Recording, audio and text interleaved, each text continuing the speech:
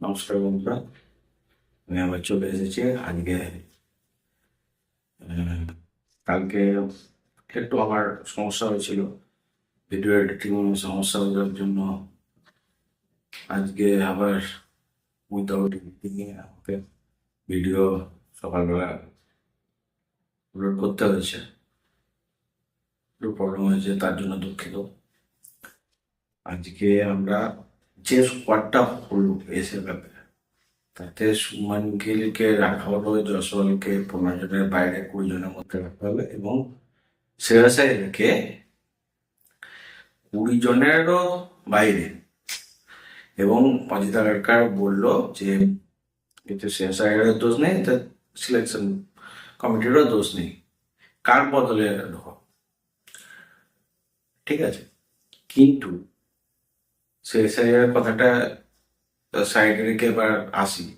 যে সিলেকশনটা করলো Shubman গিলকে vice captain করে, তাতে কি হলো? এক, জয়সওয়াল যে হায়ার স্ট্রাইক রেট T20-তে যেটা দরকার, হায়ার স্ট্রাইক রেটটা খেলছে এবং বেটার ইন্টারন্যাশনাল ক্রিকেটে সুমান গিলের থেকে রেকর্ড ভালো। জয়সওয়াল বাইরে চলে গেল, এক। দুই, এখন যা 15 জনের স্কোয়াডটা ভালো করে দেখলে এখন যা মনে হচ্ছে ফার্স্ট ইলেভেনে সঞ্জু স্যামসন ফার্স্ট ইলেভেনে বাইরে চলে গেল। এবং তার সাথে সাথে যা চলছে যে রিঙ্কু সিং, যে মানে যাকে ফিনিশার হিসাবেই টিমে রাখা, সেও বাইরে চলে গেল। কিরকম? কেন? আমরা যদি ফার্স্ট ইলেভেন করি 15 জনের স্কোয়াড থেকে, যথারীতি ভাইস ক্যাপ্টেন শুভমান গিল থাকলো এবং ওপেন করবে অভিষেক শর্মা। তো 3 এবং 4-এ তিলক বর্মা এবং সূর্যকুমার, আমার 4টে ব্যাটার হয়ে গেল। অভিষেক শর্মা তুই 1 ওভার বল করতে পারবি যদি দরকার পড়ে, ক্যাপ্টেন যদি মনে করে।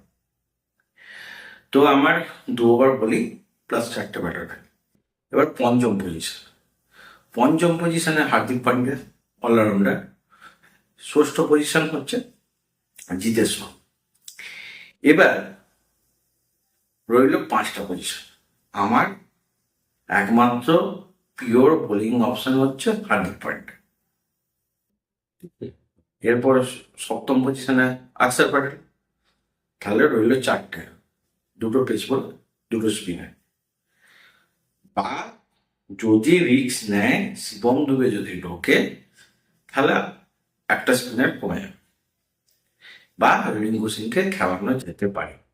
আমার মনে হয় না ফার্স্ট ইলেভেন অনুযায়ী এই 7 নম্বর পর্যন্ত হলো, এবং 7-এর পরে 8-এ বরুণ চক্রবর্তী, 9-এ বুমরা, 10-এ আর্শদীপ এবং 11-এ কুলদীপ। এইটাই ফার্স্ট ইলেভেন হতে চলেছে। এবার ওখানে গিয়ে যদি দেখে পিচ সেরকম স্পিন সহায়ক নয়, যেটা চ্যাম্পিয়ন্স ট্রফিতে ছিল, সেরকম যদি পিচ না থাকে, তখন হয়তো একটু ব্যাটার বেশি খেলিয়ে মানে শিবম দুবের চান্সটা আগে। তাহলে আমার কি দাঁড়ালো? 11 জনের বাইরে শিবম দুবে, রিঙ্কু সিং, হর্ষিত রানা এবং সঞ্জু স্যামসন, এই 4 জন। এবং ভালো করে দেখতে হবে এই 4 জনের মধ্যে 3 জন কিন্তু মেন টিমেই ছিল। শিবম দুবে মেন টিমেই খেলছিল, তার বাইরে হচ্ছে যখন চোট হলো তার পরবর্তীকালে কঙ্গাসান সাবস্টিটিউট হিসেবে ডেবিউ করেছিল হর্ষিত রানা। ঠিক আছে, বাইরে তো। কিন্তু রিঙ্কু সিং, সঞ্জু স্যামসন এরা কিন্তু ফার্স্ট ইলেভেনে চান্স পাবে শুধুমাত্র সুমন গিলের জন্য। আর যদি সুমন গিল না হতো, তাহলে কিন্তু অনেকটা ইয়ে হতো, সঞ্জু স্যামসন টপ অর্ডারে ব্যাট করতে পারতো এবং তার ফলে কি হতো, আমার উইকেট কিপার নিচের দিকে লাগতো না, তাতে আমাকে রিঙ্কু সিংকে আমাকে খেলাতে হতো। এটা ভেবে দেখতে হবে, লাস্টের দিকে T20 ইন্টারন্যাশনাল ম্যাচগুলোই কিন্তু সঞ্জু স্যামসন খেলেছে কিপার হিসেবে এবং দরকার পড়লে ঝুপ জুড়ে গেছে। জিতেশ শর্মা কিন্তু খেলেনি। যাই হোক, জিতেশ শর্মা IPL-এ ভালো পারফরমেন্স করেছে বলে তার রিওয়ার্ড পেয়েছে, ঠিক আছে। কিন্তু সঞ্জু স্যামসনকে সরিয়ে জিতের শর্মাকে ফার্স্ট ইলেভেনে রাখা রিস্ক হয়ে যাচ্ছে না?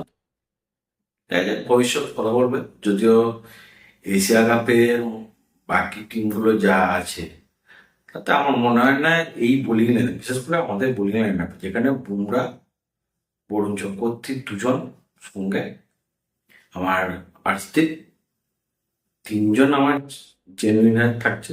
ফোর্থ অপশন কুলদীপ হতে পারে, বা অন্য কোনো পেসার হতে পারে, বা অলরাউন্ডারে ফোর্থ ফিফথ বাকি একটা। আমার তিনটে জেনুইন বোলার থাকছে, তার মধ্যে 10 ওভার আমার ভালো বল হবে।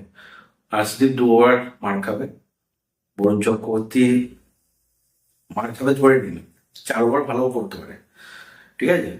আর্শদীপ 2 ওভার ভালো করবেই, এটুকু ওর ওপর ভরসা আছে। তোমরা 4 ওভারে মারা কোটে, বরুণ চক্রবর্তীরও 4 ওভারে মারা কোটে, যদি মার খায় খুব জোর 1 ওভার কেউ অ্যাটাক, মানে স্লগ স্লগ টাইপ করতে। তাহলে আমার এখানে 3, 4, 7, 8 থেকে 9 ওভার আমার ব্যাংক হবে।